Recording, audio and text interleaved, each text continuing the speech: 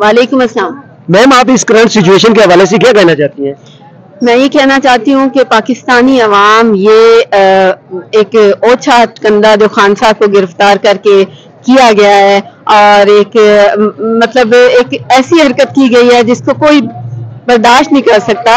आपका अवामी लीडर जिसने मकबूलियत के तमाम रिकॉर्ड तोड़े हैं, उसको इस तरह से हाई कोर्ट पे हमला करके आप गिरफ्तार कर गए, जबकि वो कानून की पासदारी के लिए आए हैं और उनकी जमानत भी हो चुकी है। तो इसको पाकिस्तानी कौम ये बर्दाश्त नहीं कर पा रही। आप देख रहे हैं किस तरह सड़क पे आम पब्लिक निकली हुई है। मैम, ये तो आपने बात बिल्कुल ठीक है, लेकिन पिछले 75 सालों से बेशक वो चोर थे, लुटेरे थे, उनके साथ भी तो यही हरकत होती आ रही है। इसके पीछे अगर है कौन? हाँ, काश के दिन के साथ ये हरकतें हो चुकी हैं, वो इस पर अक्ल करें और वो सारे एक हो जाएं। लेकिन मसला ये है ना, लड़ाओ और रूल करो, उसमें वो कामयाबी से अपनी गेम चला रहे हैं और ये बेचारे सियासतदान हमेशा बुरे भले बन जाते हैं और इनको कभी किसी को 3 साल बाद, कभी किसी को 2 साल बाद, कभी किसी को 4 साल बाद घर चल रवाना कर दिया जाता है। आपका कहने का मतलब है कि कायदे आजम की एम्बुलेंस से लेकर इस सफर तक एक ही शख्स उस पूरी कहानी के पीछे है। क्या आप समझती हैं कि इससे बेहतर अंग्रेज की हुकूमत थी? अंग्रेज इतना जालिम तो नहीं था ना, वो अपनी औरतों पे तो जुल्म नहीं था करता, इंसानी हकूक की तो पासदारी करता था। आप क्या समझती हैं? देखें, वो भी गुलामी थी ना, हम अंग्रेजों की गुलामी से निकल के अपनों की गुलामी में आ गए। नहीं मैम, उसे हम गुलामी ऐसे नहीं कह सकते, क्योंकि उनके रूल्स थे, उनकी अदालतें ऐसे नहीं तोड़ी जाती थी। आप देख लें, कुछ भी आप देख सकते हैं। थी तो गोरों की गुलामी ना, लेकिन अब तो गोरों से ज्यादा पाकिस्तान अल्लाह के नाम पे हासिल किया था।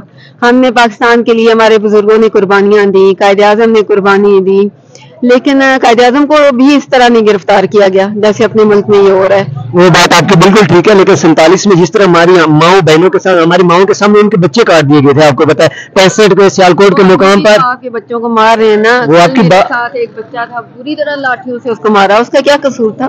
बस उस बेचारे ने मोबाइल पकड़ा हुआ था और हमारे साथ था वो। यही बात मैं कर रहा हूँ, लेकिन अगर अंग्रेज की हुकूमत होती तो मुझे ये लगता है कि वो इस तरह इतना जालिम ना होता।